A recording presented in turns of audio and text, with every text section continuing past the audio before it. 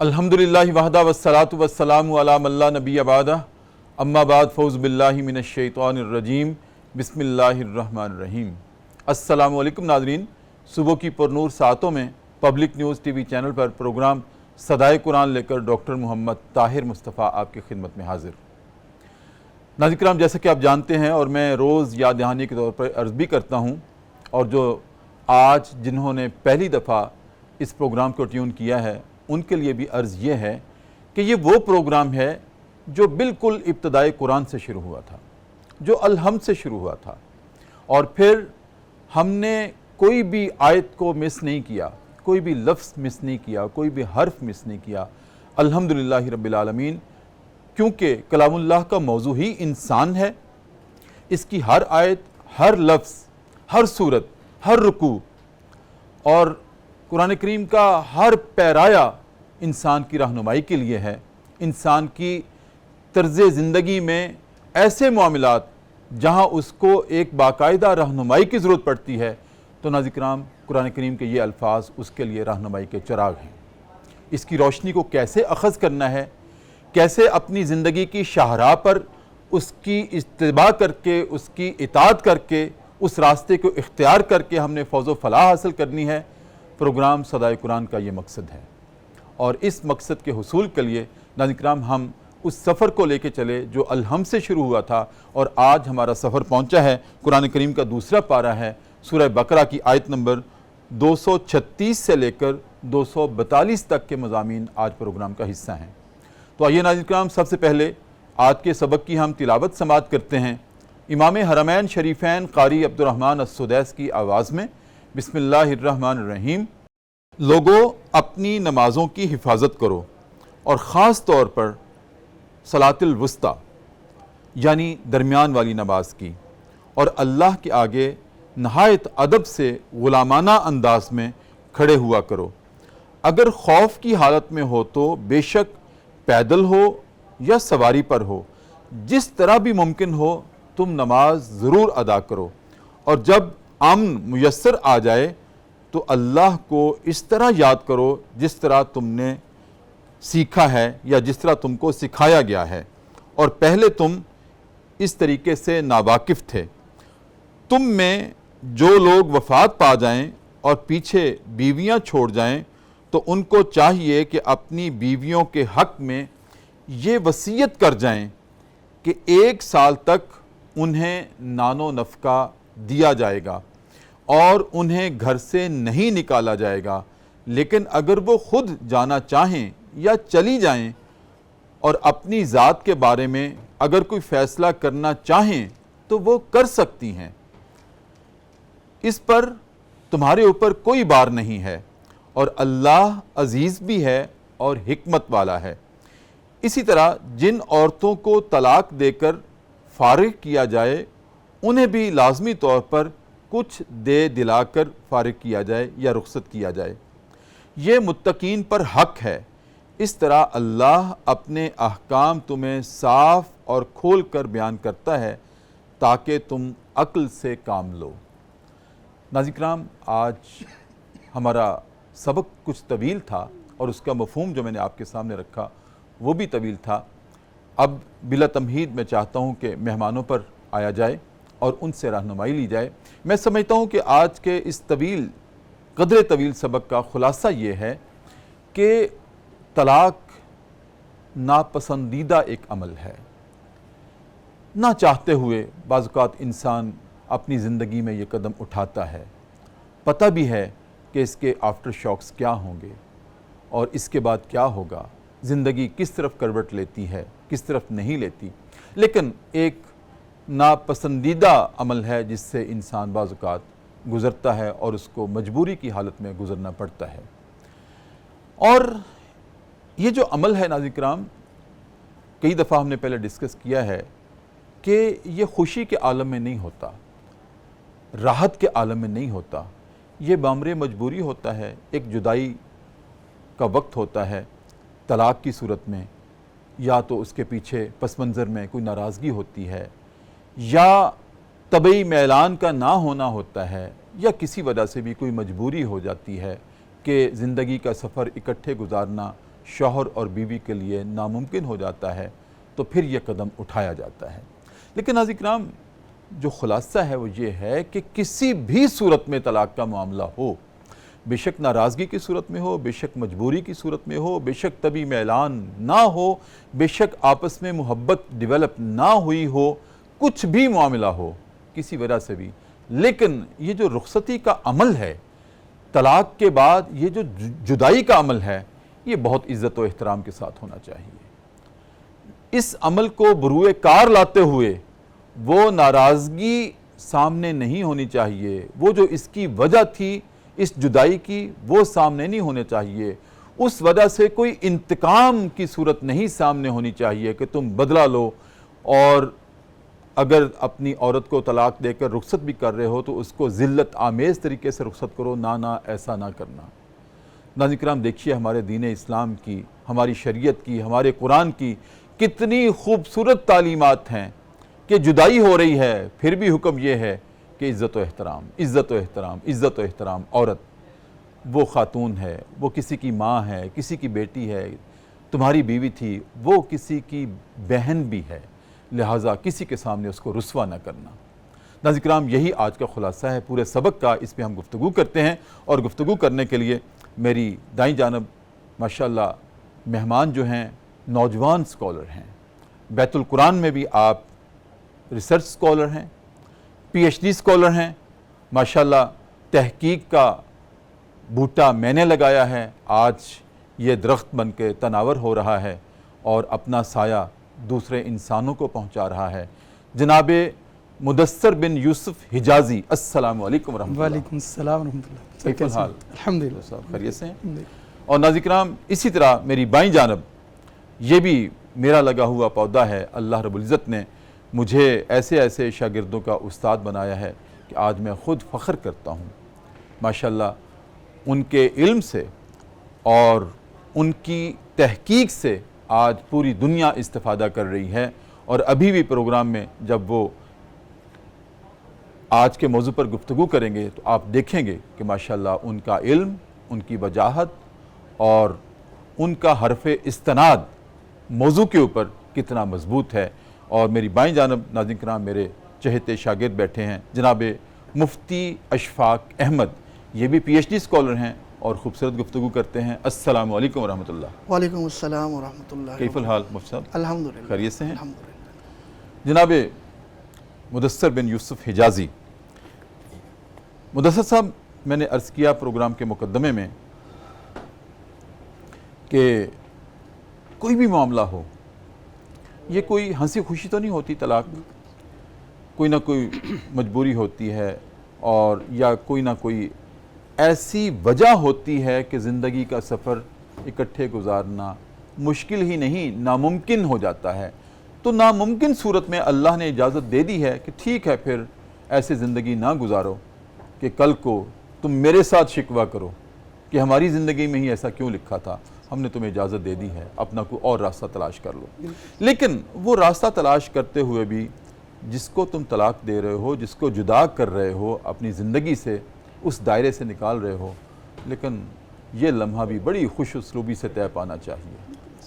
تلخ لمحہ ہے عورت کے لیے، میں سمجھتا ہوں زندگی کی وہ موت ہوتی ہے کہ گھر چھوڑنا اور زندگی ایسی جگہ پر آ کر ایک دھوکہ دے رہی ہے کہ جہاں پر آگے چلنا ناممکن ہو رہا ہے، لیکن پھر بھی اس کے لیے اللہ رب العزت نے عفت و عصمت کی تعلیمات دیتے ہوئے مرد پر لازمی ٹھہرایا ہے کچھ دے دلا کے فارغ کرنا، دے دلا کے رخصت کرنا، احترام سے رخصت کرنا، کوئی تانا نہ دینا، کوئی انتقام نہ لینا، کوئی اس کے سامنے رکاوٹ نہ بننا، کوئی گالی نہ نکالنا۔ کیا حکمت ہے اس میں؟ بہت شکریہ استاد گرامی، آج ایک مرتبہ پھر صدائے قرآن میں قرآن کی صدا لگانے کا موقع ملا۔ الحمدللہ، اللہ سبحانہ و تعالیٰ آپ کو بہترین جزا دے۔ اور خاص طور پر دیکھیے، جیسے کہ آپ ہمیشہ ہر گفتگو میں فرماتے ہیں کہ قرآن کا موضوع انسان ہے، جی، اور انسان کی ہدایت کتاب اللہ میں موجود ہے۔ بالکل۔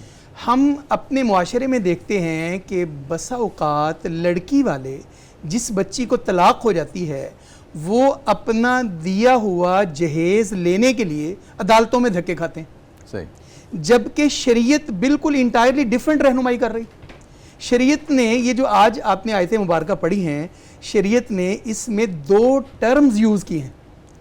پہلی اصطلاح شریعت نے یہ کی ہے کہ یہ جو دے دلا کر معروف طریقے سے حقاً علی المحسنین، صحیح، یہ نیکوکاروں پر حق ہے، جو نیک لوگ ہیں. جی جی، یعنی جو اپنے آپ کو سمجھتا ہے کہ وہ شریف ہے، شریف النفس ہے، پارسا ہے، یہ اس کا حق ہے. اور اگلی ٹرم جو انہی آیات مبارکہ میں ہوئی ہے وہ یہ ہے متاع بالمعروف حقاً علی المتقین. سبحان اللہ. ایک محسنین اور ایک محسنین، ایک متقین.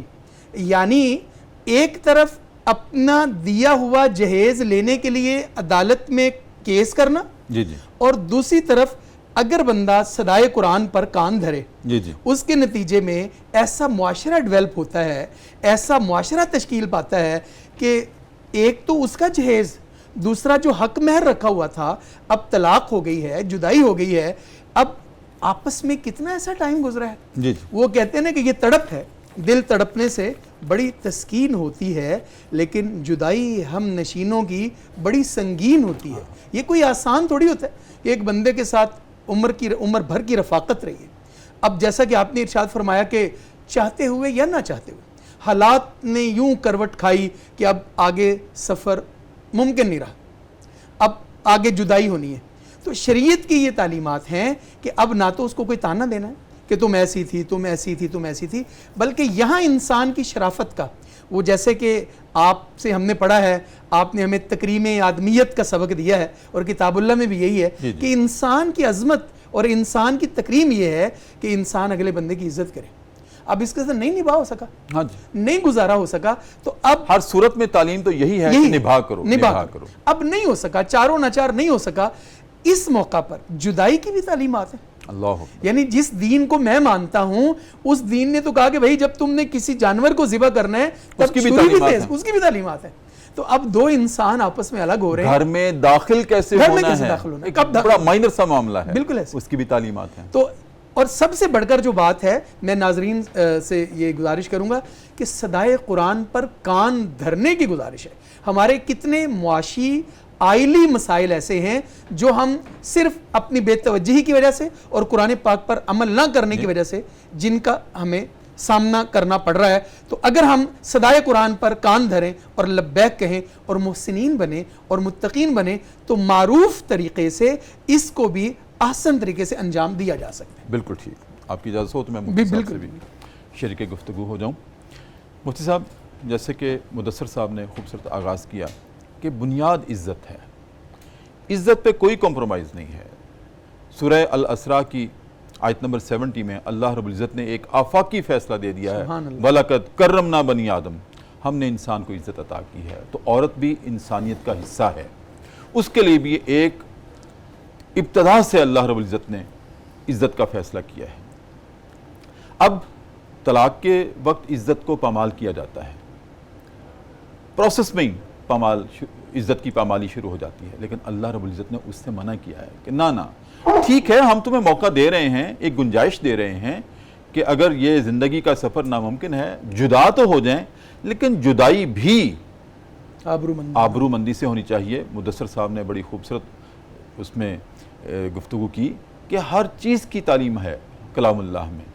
جدا ہونے کی بھی تعلیمات ہیں، اکٹھے ہونے کی بھی تعلیمات ہیں. آپ یہ ارشاد فرمائیں مفتی صاحب کہ ایک عورت، ایک تو ہے کہ زندگی کا کچھ عرصہ گزارا، ساتھ رہے، بچے ہوئے، پھر کوئی ناچاکی کی صورت پیدا ہو گئی، الجھن کی صورت پیدا ہو گئی، سفر ناممکن ہو گیا اور طلاق کی اجازت مل گئی. لیکن ایک عورت کہ ابھی اس کا نکاح تو ہوا ہے، اکٹھے رہے ہی نہیں ہیں، ابھی تو ملے جلے ہی نہیں ہیں، اور اس کو اب بعض وقت ایسی صورت آ جاتی ہے اس کو طلاق ہو رہی ہے، اس کے بارے میں ہمارے دین کی کیا تعلیمات ہیں؟ بسم اللہ الرحمن الرحیم. سب سے پہلے تو استاد محترم آپ کا ایک بار پھر شکریہ کہ آپ نے دوبارہ مجھے اس محفل میں آنے کا موقع فراہم کیا. اللہ تعالیٰ آپ کو جزائے خیر سے نوازے، آپ کی ان کاوشوں کو، اس صدائے قرآن کو معاشرے کے کونے کونے تک پہنچائے اور ہم سب کو اس پر عمل کرنے کی توفیق نصیب فرمائے. تو جو سوال آپ نے کیا ہے کہ اگر خاتون سے نکاح ہوا ہو اور نکاح میں مہر کی بھی تعین ہوئی ہو، لیکن رخصتی سے پہلے اگر اسے طلاق ہو جاتی ہے تو اس کا حکم یہ آیت نمبر 237 میں جو آج ہم نے تلاوت کی ہے، اس میں اللہ تبارک و تعالی نے ذکر کیا ہے کہ وَإِن طَلَّقْتُمُوهُنَّ مِن قَبْلِ أَن تَمَسُّوهُنَّ وَقَدْ فَرَضْتُمْ لَهُنَّ فَرِيضَةً فَنِصْفُ مَا فَرَضْتُمْ، کہ ایسی عورت کہ رخصتی سے پہلے، خلوت سے پہلے طلاق ہوئی ہو جس کو، تو اس کی دو صورتیں ہو سکتی ہیں۔ جی جی، ایک صورت تو یہ ہو سکتی ہے کہ نکاح کرتے وقت اس کا مہر متعین نہیں ہوا تھا۔ بعض اوقات یہ ہوتا ہے کہ نکاح ہو جاتا ہے، نکاح میں مہر کی تعین نہیں کرتے ہیں، تو ایک صورت تو یہ ہے۔ دوسری صورت یہ ہے کہ مہر کی تعین ہوئی ہو۔ اس آیت میں اسی صورت کا حکم ہے کہ مہر کی تعین ہوئی ہو۔ اس سے پہلی جو آیت ہے اس میں پہلی والی صورت ہے کہ جہاں پر مہر کی تعین نہ ہوئی ہو۔ اچھا یہاں ایک منٹ مفتی صاحب رکیے گا، یہ تو ایک صورت ہے نا کہ مہر کا تعین نہیں ہوا، ایک صورت ہے، لیکن مہر کا تعین تو ہر صورت میں ہونا چاہیے۔ وہ الگ بات ہے کہ اس موقع پر نہیں ہوا، بعد میں اس کو طے کیا جائے گا۔ جی، مہر کے حوالے سے تو شرعی اصول یہی ہے کہ مہر نکاح کے لیے شرط کی حیثیت رکھتا ہے۔ جی، اگر نکاح میں آپ نے یہ بات بھی، یہ شرط بھی لگا لی کہ مہر کچھ بھی نہیں ہوگا، پھر بھی مہر آپ کو دینا پڑے گا، میں یہی اس میں پھر شریعت کا یہ ناظرین ہے کہ اگر مہر کی تعین نکاح کے دوران نہیں ہوئی ہے، پھر اس خاتون کے لیے مہر مثل کے احکامات آ جاتے ہیں۔ اگر تعین ہم نہیں نے ہوئی پچھلے پروگرام میں اس کو ڈسکس کیا جی، تھا، مہر مثل۔ اور پھر اگر تعین ہوئی ہے تو وہ مہر مسمہ ہوتا ہے۔ تو لیکن یہ فقہا نے یہ بھی لکھا ہے کہ ویسے ہر خاتون کے لیے مستحب مہر مثل ہی ہے، مہر مسمہ یہ مستحب ہے بھی نہیں۔ مسمہ کو اگر آسان الفاظ میں ناظرین تک مہر پہنچانا مسمہ وہی کہ جو طے کر لیا جائے، نکاح کرتے وقت ڈسکس کر کے طے کر لیا جائے کہ اتنا مہر ہوگا، یہ مہر مسمہ ہے جو عام طور پر ہم کرتے ہیں۔ جی جی، لیکن احادیث میں بھی یہ ہے، غالباً حضرت عائشہ صدیقہ رضی اللہ تعالیٰ عنہ کی روایت ہے کہ مہر وہ مہر مثل ہوتا ہے۔ تو فقہا نے یہی لکھا ہے ان روایات کی روشنی میں کہ اصل مستحب بھی مہر مثل ہی ہے، کہ وہی نکاح کے مہر مثل سے مراد یہ ہے کہ جو اس وقت چل رہا ہو، عرف میں، عرف میں چل ہاں، رہا مہر ہو۔ مثل میں پھر فقہا نے جو تشریحات کی ہے اس کی، کہ اس عورت کے والد کی طرف سے جو خاندان ہے اس کی جو وہ ہے، اس کے عمر کے لحاظ سے، اس کی تعلیم کے لحاظ سے، اس کے حسن و جمال کے اعتبار سے، جو لڑکیوں کا، جو خواتین کا جو مہر ہے، وہ مہر اس کا بھی ہوگا، مہر مثل۔ صحیح، تو یہ مہر مثل ہوتا جو معروف چل رہا ہے۔ جی جی، تو بہرحال اگر ایسی خاتون ہے اور اس کا مہر متعین نہیں ہوا، جو کہ مستحب بھی ہے کہ متعین نہ ہو، جی جی، مہر مثل ہی ہو، ٹھیک ہے، یہ مستحب بھی ہے۔ ہاں جی، اور اگر متعین ہے تو اس صورت میں اگر رخصتی سے پہلے اسے طلاق دی جاتی ہے پھر تو یہ آدھا۔ آیت نمبر 237 میں پھر اس کا حکم ہے کہ گویا کہ دو طرح کے احکامات ہیں۔ ایک تو قانون شریعت نے بتا دیا کہ قانون یہ ہے کہ فنصف ما فرض، آدھا دینا ہوگا، ہاں اس کا آدھا دینا ہو، یہ قانون بنا اور اس بتا کے دیا۔ بعد احسان مندی کا، اخلاقیات کا پھر درس ہے۔ اخلاق بتا دیا اور اس کی ترغیب دے دی، جی جی، اور جیسا کہ مدثر صاحب نے بتایا کہ محسنین اور متقین، جی جی، تو ہے اس تو میں- آدھا ہی، اصول تو آدھے کا ہی ہے، جی جی، لیکن اگر قانون- تم پورا دے دو جی، سبحان اللہ۔ تو وہ بہتر ہے۔ ہاں، اور معاف عورتیں، ہاں جی، وہاں پر بلکہ یہ ہے کہ فنصف ما فرضتم الا ان يعفون، عورتیں معاف کر دیں، او یعفو الذی بیدہ عقدۃ النکاح، یا شوہر معاف کر دیں، شوہر معاف کر دیں یا وہ خاتون معاف کر دیں۔ خاتون کی معافی تو سمجھ میں آتی ہے کہ اس کا آدھا مہر بن رہا تھا، اس نے کہا چلیں ٹھیک ہے، یہ آدھا مجھے نہ دیں یا تھوڑی مقدار میں دے دیں۔ شوہر معاف کرنے کا پھر یہاں پر یہ ہے کہ جو عموماً یہ ہوتا تھا کہ نکاح کے وقت ہی مہر دے دیا جاتا تھا، تو گویا کہ نکاح کے وقت تو اس نے پورا مہر دے دیا، اس کو جو جی، مہر مثل بن رہا تھا، جو مہر مسمہ تھا، صحیح، مسمہ کی بات، پورا مہر دے دیا۔ اب جب طلاق ہو رہی ہے تو قانون یہ کہتی ہے کہ آدھا مہر واپس لو، تو شوہر کو یہ ہے کہ وہ آدھا بھی معاف کر دو، اللہ اکبر۔ الا او یعفو الذی بیدہ عقدۃ سبحان النکاح، اللہ۔ تو یہ آدھا بھی معاف کر دو۔ بہرحال اخلاق کا کے اعتبار سے پھر اللہ تبارک و تعالیٰ نے یہ حکم دے دیا کہ معاف کر دیا جائے، اور تو یہ صورتحال بھی ایسی ہیں کہ شریعت یہ چاہتی ہے کہ جو رخصت یا جو تفریق ہو رہی ہے، جو جدائی ہو رہی ہے، یہ وہ بھی جدائی احسان مندی کے ساتھ احسان مندی کے ساتھ ہو، جی اچھے بالکل، طریقے سے بالکل۔ ہو، جیسا کہ آپ نے ارشاد فرمایا۔ اور آگے جیسا کہ اس آیت کا حصہ ہے وَأَن تَعْفُوا أَقْرَبُ لِلتَّقْوَى، یہ اگر تقویٰ تم کے بہت قریب ہے۔ تقویٰ وَلَا تَنْسَوْا الْفَضْلَ بَيْنَكُمْ، آپس میں احسان کے معاملے کو اور مت ان بھولو۔ اللہ یحب المتقین۔ جی سبحان اللہ، آپ کی اجازت سے وقفہ لے لوں؟ جزاک آپ کی بالکل اجازت سے۔ ناظرین کرام، بہت خوبصورت گفتگو ہے اور یہ معاملات ہماری زندگی میں پیش آتے ہیں ہم کو، اور ان کے بارے میں آگہی بھی ہمیں بڑی اہم اور ضروری ہے۔ وقفہ ہے پروگرام صدائے قرآن میں، اور وقفے میں ہم جایا کرتے ہیں دربار رسالت میں، اور اپنے نبی کریم صلی اللہ علیہ وآلہ وسلم کی ذات اقدس پر پوری محبت اور بارفتگی کے ساتھ ایک مرتبہ درود کریم کا نذرانہ پیش کرتے ہیں اور واپس آتے ہیں۔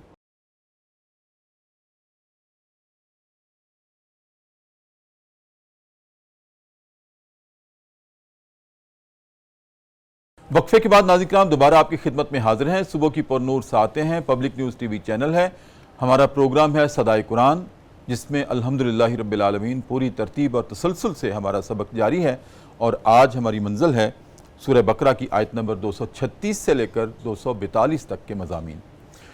مدثر صاحب، یہ جو اللہ رب العزت نے عورت کی عفت اور عصمت طلاق کی صورت میں بیان کی ہے، اچھا اب فوری طور پر مضمون سوئچ ہو رہا ہے، جی آپ اس کی بھی حکمت میں چاہوں گا بتائیے۔ ویسے یہ نظم قرآن کا موضوع جی ہے جی بالکل، کہ دیکھیں یہ بھی ایک قرآن کریم کا حسن ہے، اس میں چیپٹرز نہیں رکھے، یس اس میں موضوعات کو متعین کر کے کالم نہیں بنائے گئے، جی ایسے ہے جیسے فرامین نازل ہو رہے ہیں اور ان کو بعد میں اکٹھا کر دیا گیا۔ بالکل، اچھا اب یہاں پر بات تو ہو رہی تھی طلاق کی اور رخصتی کی، جی عزت و آبرو کے ساتھ، جی جی، اور پھر یکدم موضوع سوئچ ہو گیا، نماز پر نماز کی حفاظت اور کرو، نماز بھی نماز وسطیٰ، نمازوں کی حفاظت کرو، اور خاص طور پر نماز صلاۃ وسطیٰ کی۔ الوسطیٰ اچھا ایسا کیوں ہے؟ ایک تو یہ بھی فرمائیں جی جی کہ اس کا ربط کیا ہے، پھر تطبیق کیا ہوتی ہے بالکل، پچھلے بالکل، مضمون جی سے جی، اس مضمون کی، کہ اچانک نماز پہ بات آ گئی اور نماز میں بھی صلاۃ الوسطیٰ کی بات آ گئی، بالکل۔ اس کی خوب حفاظت کرنی ہے۔ میرا کہ یہاں یہ بھی سوال ہے کہ نمازوں کی جب اللہ رب العزت نے تاکید کی، وہ تو تمام نمازوں کی تاکید ہے، جی اقیموا الصلاۃ وآتوا الزکوٰۃ ویقیمون الصلاۃ، اقیم الصلاۃ، مختلف حوالوں سے جی مختلف زاویوں سے نماز کی تاکید ہے، لیکن یہاں ہے کہ نماز وسطیٰ کی خاص طور پر حفاظت کرو۔ اگر نماز وسطیٰ کی خاص طور پر حفاظت کرنی ہے نا، ہم انسان اس میں بھی جواز تلاش کر سکتے ہیں کہ اللہ تعالیٰ نے نماز وسطیٰ کا ہی کہا ہے کہ اس کی حفاظت کرنی ہے، چلیں اس میں کوئی تاخیر بھی ہوگی، کوئی بات نہیں، غفلت بھی کوئی بات نہیں، لیکن ایسی صورت نہیں، جی بات کو کھول دیا گیا۔ بہت شکریہ، بڑا خوبصورت ہمارا موضوع چل رہا تھا طلاق کے حوالے جی سے، ناظرین بھی اس حوالے سے ممکن تھوڑا شش و پن کا شکار ہوں، لیکن قرآن پاک کی ترتیب ہے، اللہ سبحانہ و تعالیٰ نے ان طلاق کے معاملات کے بعد جیسا کہ آپ نے فرمایا کہ موضوع یکسر تبدیل ہو گیا ہے کہ اپنی نمازوں کی حفاظت کرو، خاص طور پر درمیانی نماز کی، بالکل، اور درمیانی نماز سے مراد اس پر تمام فقہا اکٹھے ہیں کہ درمیانی نماز سے مراد نماز عصر ہے۔ جی اب طلاق سے جیسا کہ آپ نے کہا کہ اس کو ہم کیسے پچھلے موضوع سے ریلیویٹ کریں گے، مطلب یہ تو نماز اور طلاق آپس میں کیسے اس کا جوڑ بنتا ہے، تو درمیانی نماز عصر کی نماز ہے، اس پر اس لیے زور دیا ہے کہ طلاق کے حکموں میں نماز کا ذکر یوں فرمایا کہ بندہ دنیا کے معاملات میں، دنیا کے جنبھیلوں میں الجھ کر کہیں نماز کو نہ بھول جائے، ٹھیک، اور خاص طور پر جو عصر کی نماز ہے، اگر ہم دیکھتے ہیں کہ دن بھر جو ہمارے کام کا یا تو کلوزنگ کا ٹائم ہوتا ہے یا پیک کا ٹائم ہوتا ہے، اس وقت ہر بندہ جلدی کر رہا ہوتا ہے کہ چلو میں جلدی شام ہونے والی ہے، اس لیے اس نماز کی اہمیت کو بھی اجاگر کیا کہ عصر کی پابندی کا حکم اس لیے زیادہ ہے کہ اس وقت دنیا کا شغل زیادہ ہوتا ہے، اور حفاظت سے مراد اس کا خیال رکھنا ہے۔ اور یہاں میں وہ غزوہ خیبر والا واقعہ، اور رسالت مآب صلی اللہ علیہ وسلم جب غزوہ خیبر میں تھے تو اس وقت آپ صلی اللہ علیہ وسلم کی عصر کی نماز جو تھی وہ لیٹ ہو گئی، جی، اور رحمت کائنات صلی اللہ علیہ وسلم آپ جو تھے وہ بد دعا نہیں کرتے تھے، لیکن اس نماز کی اہمیت اتنی زیادہ ہے کہ رسول اللہ صلی اللہ علیہ وسلم نے فرمایا کہ اللہ تعالیٰ ان کی قبروں کو اور ان کے گھروں کو آگ سے بھر دے کہ انہوں نے ہمیں نماز سے غافل کر دیا، اللہ، یعنی نماز عصر کی جو اہمیت ہے وہ اس قدر زیادہ ہے، اور بلکہ سنن صحیح مسلم کے اندر روایت موجود ہے، سیدنا عبداللہ بن عمر رضی اللہ تعالیٰ عنہ بیان کرتے ہیں کہ رسول اللہ صلی اللہ علیہ وسلم نے فرمایا جس کی عصر کی نماز فوت ہو گئی گویا اس کا اہل و عیال اور مال برباد ہو گیا، لوٹ لیا گیا۔ صحیح۔ اب نماز اور طلاق کا فرق، جو آخری بات ہے، جو بندہ نماز کے اوپر نماز کی پابندی کرے گا، نماز کے احکامات کے اوپر عمل کرے گا، جس طرح پچھلی 2 آیتوں میں ہم نے کہا کہ متقین اور محسنین کی بات ہوئی ہے، تو نماز جو بندہ پڑھتا ہے وہ متقی ہوتا ہے۔ متقین کی جو صفات ہم نے سورہ البقرہ جب شروع کی تھی کہ الف لام میم ذالک الکتاب لا ریب فیہ ھدی للمتقین، اور متقین کون ہوتے ہیں؟ الذین یؤمنون ویقیمون الصلاۃ، یعنی متقی بندہ ہی نماز کے اوپر قائم رہے گا۔ اب جو متقی بندہ ہے جب وہ نماز کا پابند ہے، جب اس کی زندگی میں خانگی معاملے میں جدائی کا وقت آئے گا تو تقوی کی روشنی میں وہی کام کرے گا جو ہمارا موضوع ہے صدائے قرآن کا۔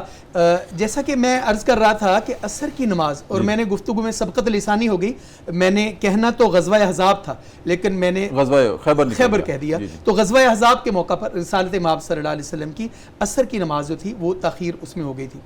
اب طلاق کے ساتھ نماز کو اس لیے جوڑا گیا ہے کہ جو بندہ نماز کا پابند ہے وہ اللہ سبحانہ و تعالیٰ کے فرائض کا پابند ہے، اس کو یہ کہا گیا کہ اسی طرح لوگوں کے حقوق کا بھی وہ خیال کرے گا۔ اب اگر اس کی زندگی میں کوئی طلاق کا معاملہ آ گیا ہے تو اس میں وہ معروف طریقے کے ساتھ حسن معاملہ کرے گا۔ احسان کا تقاضا بھی یہ ہے، تقوی کا تقاضا بھی یہ ہے۔ اور تقوی صرف عبادات میں اخلاص کا نام نہیں ہے، بے شک تقوی معاملات میں اخلاص کا نام ہے۔ کیا خوبصورت بات کی آپ، معاملات میں محبت کا نام، محبت کا نام۔ جی بالکل۔ سبحان اللہ۔ مفتی صاحب آپ ارشاد فرمائیں کہ جیسے مدثر صاحب نے بھی ارشاد فرمایا کہ یہ ربط ہے نماز کا، کیونکہ نماز متقین کا خاصہ ہے، محسنین کا خاصہ ہے، ان کی نماز کبھی مس نہیں ہوتی۔ جب ان کی نماز مس نہیں ہوگی تو ان کے اندر خدا خوفی ہوگی، خشیت ہوگی اور رکت ہوگی، ہر لمحے وہ اللہ کا ڈر اور خوف پیش نظر رکھیں گے، اور جب طلاق کا معاملہ ہوگا پھر بھی اللہ کا ڈر اور خشیت سامنے ہونی چاہیے، کہیں ظلم زیادتی نہ ہو جائے۔ یہ تو تھی بات، اور اس لیے ساتھ نماز کا تذکرہ آ گیا، سوئچ ہو گیا مضمون۔ لیکن اسی مضمون میں کہا کہ صلاۃ وسطیٰ کو خاص طور پر اس کی حفاظت کرو، اس کی حفاظت کا لاجک یا اس کی حکمت کیا ہے؟ استاد محترم، جیسے مدثر صاحب نے اس طرح اشارہ دیا کہ یہ جو عصر کا وقت ہوتا ہے یہ عموماً انتہائی مصروفیت کا وقت ہوتا ہے، جو دن بھر کے انسان کام کر رہے ہوتے ہیں، عصر کے وقت وہ اپنا کاروبار اور جو حساب کتاب ہے وہ سمیٹنے میں لگ جاتے ہیں، جو نوکر پیشہ لوگ ہیں وہ اپنے جاب سے چھٹیاں یا چھٹی ہوتے وقت اس وقت نکلنے کی کوشش میں ہوتے ہیں، یا یہ کہ اس وقت انسان بازار میں خرید و فروخت میں یا مصروف ہو جاتا ہے، یا اگر قیلولہ کوئی کر رہا ہے تو اس وجہ سے بھی عصر کی نماز کے فوت ہونے کا اندیشہ زیادہ ہوتا ہے۔ تو اس وجہ سے یہ عصر کی نماز کا خصوصی طور پر اللہ تبارک و تعالی نے حکم دیا ہے، اور صرف اس آیت کریمہ کی روشنی میں ہی نہیں بلکہ احادیث کی روشنی میں بھی، جیسے سیدہ عبداللہ ابن عمر رضی اللہ تعالی عنہ کی جو روایت ہے اور پھر غزوہ احزاب کا جو واقعہ ہے، تو وہ وجہ یہی ہے کہ اصل وہ پانچوں نمازوں کی ہی حفاظت کرنی ہے، اقامت صلاح پانچوں نمازوں کے لیے ہے، لیکن کہیں ایسا نہ ہو کہ انسان عصر کے وقت اپنی ان گہما گہمی میں مصروف ہونے کی وجہ سے نماز اس سے کہیں ادھر ادھر نہ ہو جائے، تو اس لیے خاص طور پر اس کی تاکید کی گئی۔ اس کی تاکید کی گئی۔ اس میں آپ کی گفتگو کے دوران ہی اللہ رب العزت نے میرے ذہن میں بات ڈالی ہے کہ والعصر ان الانسان لفی خسر،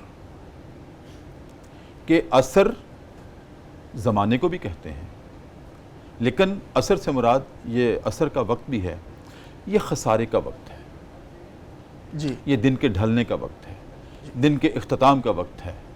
اس سے بھی ہم تطبیق کر سکتے ہیں کہ جس طرح اللہ رب العزت نے عصر کے وقت کی قسم کھا کر کہا ہے کہ الرٹ رہنا، متنبہ رہنا، ان الانسان لفی خسر، سبحان اللہ، سبحان اللہ، کہیں یہ بھی عصر کا وقت جو ہے تمہارے خسارے کا باعث نہ بن جائے۔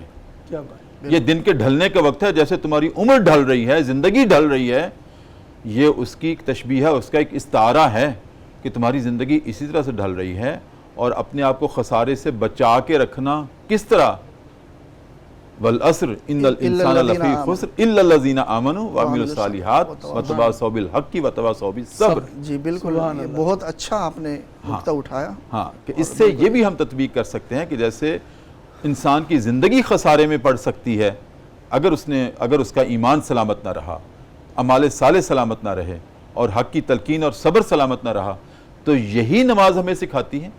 بالکل ٹھیک ہے مدثر صاحب، ہمارے پروگرام کا آخری لمحات ہیں.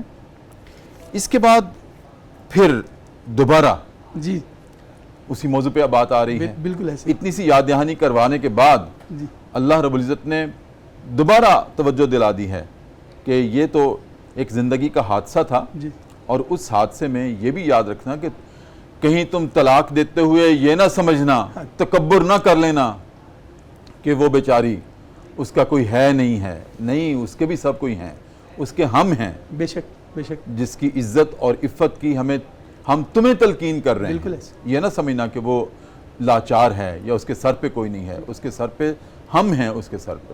اچھا، اس کے بعد اللہ رب العزت نے یہ پھر واپس لوٹا دیا. جی اور واپس کیا لوٹایا ہے کہ اگر کوئی فوت ہو جائے جی تو بیویوں کے حق میں وصیت بھی کر دے. جی یہاں مدثر صاحب دو سوال ہیں ہماری رہنمائی کے لیے جی ناظرین کی کہ کس وقت وصیت کرے.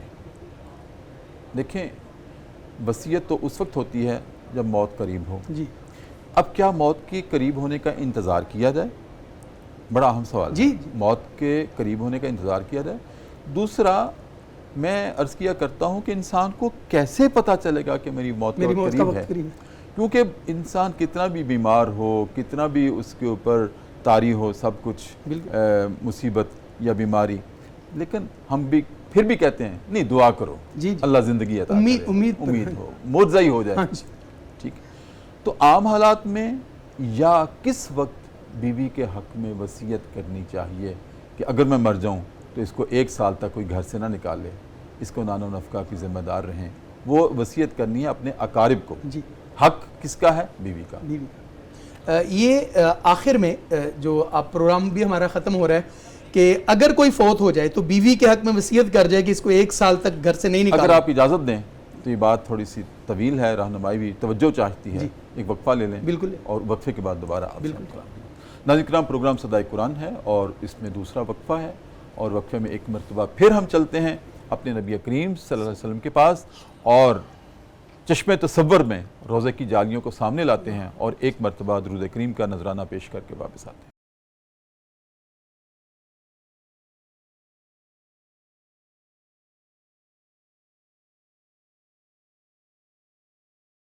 وقفے کے بعد ناظرین کرام دوبارہ آپ کی خدمت میں حاضر ہیں. پبلک نیوز ٹی وی چینل ہے، صبح کی پر نور سے آتے ہیں. ہمارا پروگرام ہے صدائے قرآن اور آج ہمارا سبق ہے سورہ بقرہ کی آیت نمبر 236 سے لے کر 242 تک.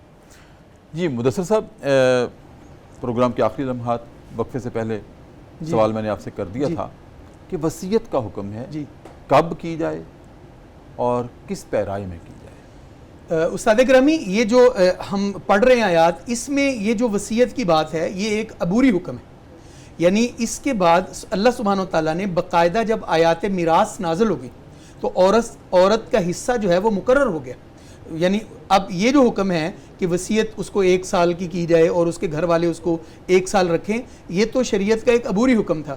اس کے بعد آیات میراث باقاعدہ نازل ہو چکی ہیں.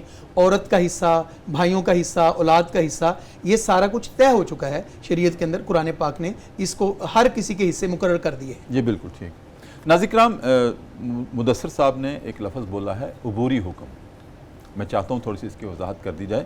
یہ ایسے ہی ہے جیسے ہماری عدالت عظمیٰ یا عدالت عالیہ بعض اوقات ناظرین کرام سنتے ہیں نا کہ مختصر حکم جاری کر دیا، ابھی تفصیلی فیصلہ آئے گا، اور تفصیلی فیصلہ بعد میں آیا جی 3600 صفحات پر مشتمل تھا. اور عبوری حکم یعنی کہ مختصر جو حکم تھا وہ چند لائنوں پر مشتمل، چند الفاظ پر مشتمل تھا، اور عدالت کہتی ہے کہ تفصیلی فیصلہ بعد میں جاری کیا جائے گا. تو یہ جو بیویوں کے حق میں وصیت کا حکم تھا یہ اس وقت نازل ہوا تھا جب ابھی وراثت کے احکام تفصیلی طور پر جاری نہیں ہوئے تھے، اور جب وہ جاری ہو گئے یہ اس میں ضم ہو گیا، یہ حکم اس میں ضم ہو گیا. مفتی صاحب اس میں کچھ ایڈ کریں گے آپ؟ جی ایسا ہی ہے کہ شروع میں تو جیسے اسی سورہ بقرہ کی ایک آیت گزری ہے جس میں اللہ تبارک و تعالیٰ نے وصیت کو فرض قرار دیا ہے. کتب علیکم اذا حضر احدکم الموت ان ترک خیرا الوصیہ، کہ اگر مال اس نے چھوڑا ہے اور موت قریب آ گئی ہے تو اس پر وصیت فرض ہے. جی جی یہ وصیت فرض تھی. تو اسی طرح یہ جو بیوہ ہے اس کے لیے بھی وصیت فرض تھی شروع میں، لیکن جب آیات میراث نازل ہوئی اور اس میں اس بیوہ کا حصہ بھی باقاعدہ طے ہو گیا تو اب یہ احکامات اب منسوخ ہیں. اب حکم یہی ہے جیسے نبی اکرم صلی اللہ علیہ وسلم نے حجۃ الوداع کے موقع پر فرمایا کہ ان اللہ اعطى کل ذی حق حقہ فلا وصیۃ لوارث، کہ اللہ نے ہر وارث کو اس کا حصہ متعین کر دیا ہے. اب کسی وارث کے لیے وصیت جائز نہیں ہے. اب یہ شرعی ایک ضابطہ ہے کہ آپ وصیت کریں گے تو اپنے وارث کے لیے آپ وصیت کر ہی نہیں سکتے، کیونکہ شریعت نے اس کا میراث میں ایک حصہ مقرر کر دیا ہے. فریضۃ من اللہ، اللہ کی طرف سے مقرر کردہ ہے، اس میں نہ کمی ہو سکتی ہے اور نہ زیادتی ہو سکتی ہے. تو جب یہ حصے متعین ہو گیا تو اس میں اس بیوہ کا بھی حصہ متعین ہو گیا. تو جس طرح وہ پہلے والا حکم جو کتب علیکم والا حکم تھا وہ بھی ختم ہو گیا، منسوخ ہو گیا، اور یہ حکم بھی منسوخ ہو گیا. اور یہ نسخ قرآن مجید کے کئی احکام جگہوں میں اس طرح ہوا ہے. اس کی وجہ یہ تھی کہ اسلام نیا نیا آیا تھا، تو اللہ تبارک و تعالیٰ نے پھر ان نئے مسلمانوں کے ذہنی سطح کے مطابق اور اس ماحول کے مطابق آہستہ آہستہ تدریجاً احکامات دیے. تو اسی سلسلے میں شروع میں تدریجی حکم یہ تھا کہ وصیت کریں، پھر جو ہے نا شروع میں مختصر حکم یہ تھا، بعد میں تفصیلی حکم آ گیا وراثت کا. اور یہ وراثت کا حکم. مدثر صاحب بہت شکریہ آپ کی آمد کا، آپ کی آمد کا بہت شکریہ. ناظرین کرام، اب وقت ہوا ہے پروگرام صدائے قرآن میں ذکر صاحب قرآن کا. اور میں عرض کروں کہ بعض اوقات ہم بھی اکیلے بیٹھ کر اللہ سے باتیں کرتے ہیں، کبھی شکوے بھی کرتے ہیں، کبھی شکر بجا لاتے ہیں، کبھی کسی طرح ہم اکیلے بیٹھ کے سرگوشیاں کرتے ہیں اللہ رب العزت کے ساتھ. کرنی چاہیے. اللہ ہے اور ہمارا خالق ہے، ہمارا مالک ہے، ہمارا رازق ہے. اس کے سوا ہمارا ہے کون؟ تو کرنی چاہیے اللہ سے باتیں. اور یہ اہل اللہ کا شیوہ ہے کہ اپنی تنہائیوں میں اکیلے بیٹھ کے اللہ سے باتیں کرتے ہیں. اسی طرح سے ناظرین کرام، عہد رسالت میں نبی کریم صلی اللہ علیہ وسلم کے عہد میں بھی لوگ اللہ سے باتیں کرتے تھے، سرگوشیاں کرتے تھے. یا اللہ بڑی محبت ہے آپ سے، بہت زیادہ محبت ہے. تو ناظرین کرام، اللہ رب العزت نے ان کی سرگوشیوں کو سن کر اپنے نبی پر وحی نازل کی. سورہ آل عمران ہے، آیت نمبر 31 ہے کہ قل ان کنتم تحبون اللہ فاتبعونی یحببکم اللہ. اے نبی، یہ مجھ سے سرگوشیاں کرتے ہیں، مجھ سے محبت کے عہد و پیمان کا وعدہ کرتے ہیں اور ناز کرتے ہیں، غرور کرتے ہیں کہ میرے ساتھ ان کو بڑی محبت ہے. تو میں مانتا ہوں ان کو مجھ سے محبت ہے.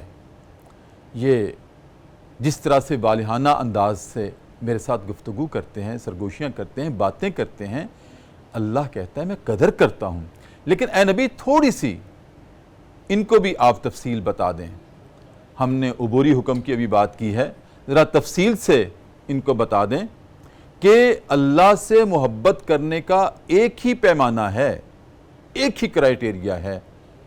جو اللہ سے محبت کرنے کے بعد اپنے دل کا اطمینان چاہتا ہے، اور وہ اطمینان کیسے حاصل ہو سکتا ہے؟ اے ہمارے حبیب، قل ان سے فرما دیں آپ، ان کنتم تحبون اللہ، اگر تم اللہ سے محبت کا دعویٰ کرتے ہو، فاتبعونی، تم پھر میری اتباع کرو. جس طرح میں کرتا ہوں اسی طرح سے تم کرو. ناظرین کرام، ہم نے پہلے بھی کئی مرتبہ اس کو ڈسکس کیا ہے. ایک ہوتی ہے اطاعت، ایک ہوتی ہے اتباع. اطاعت ہوتی ہے قانون کی، اطاعت ہوتی ہے ایک نظریے کی، اطاعت ہوتی ہے ایک فکر کی، ایک خیال کی، ایک رائے کی. لیکن اتباع ہوتی ہے نقش قدم کی. عملی طور پر ایک ہے میں نے مان لیا لا الہ الا اللہ محمد رسول اللہ، یہ ایک نظریہ ہے، یہ ایک نظریہ ہے. میں اس نظریے کو اگر مان لیتا ہوں صدق دل سے اور اپنی زبان سے تو یہ میں نے ابھی کلمے کی اطاعت کی ہے۔ اب اس کلمے کی روشنی میں اتباع کیا ہوگی کہ لا الہ الا اللہ جس نظریے کو میں نے مانا ہے دل سے، اب میرا عمل بھی اس کے مطابق ہونا چاہیے۔ کیا مطلب ہے؟ لا الہ الا اللہ کا تقاضا کیا ہے؟ اطاعت کر لی، مان لیا۔ اتباع کیسے؟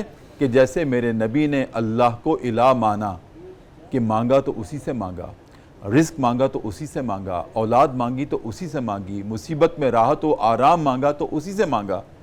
اپنے ہاتھ اٹھا کر، کبھی رات کو کھڑے ہو کر، قیام اللیل کر کے، یہ اتباع ہے۔ اگر میں بھی اسی طرح سے کرتا ہوں کہ اے نبی، اے ہمارے حبیب، ان سے کہیں کہ مجھ سے محبت کرنے کا اگر دعویٰ اس کی سچائی کے کرائیٹیریے پر تم پورا اترنا چاہتے ہو تو پھر انہیں کہیں مجھے دیکھیں، میں کیسے چلتا ہوں، میں کیسے بیٹھتا ہوں، میں کیسے سوتا ہوں، میں کیسے اٹھتا ہوں، میں بازار میں کیا کیفیت ہوتی ہے، مسجد میں کیا کیفیت ہوتی ہے، گھر میں حقوق کے اعتبار سے کیا کیفیت ہوتی ہے، معاملات کے اعتبار سے میری کیفیت کیا ہوتی ہے، تو اس طرح سے تم پھر میری اتباع کرو، پھر اللہ تم سے راضی ہوگا۔ اور صرف راضی نہیں ہوگا، جیسے تم کہتے ہو نا کہ ہم اللہ سے محبت کرتے ہیں، پھر اللہ کا جواب یہ ہے کہ میں ان سے محبت کروں گا۔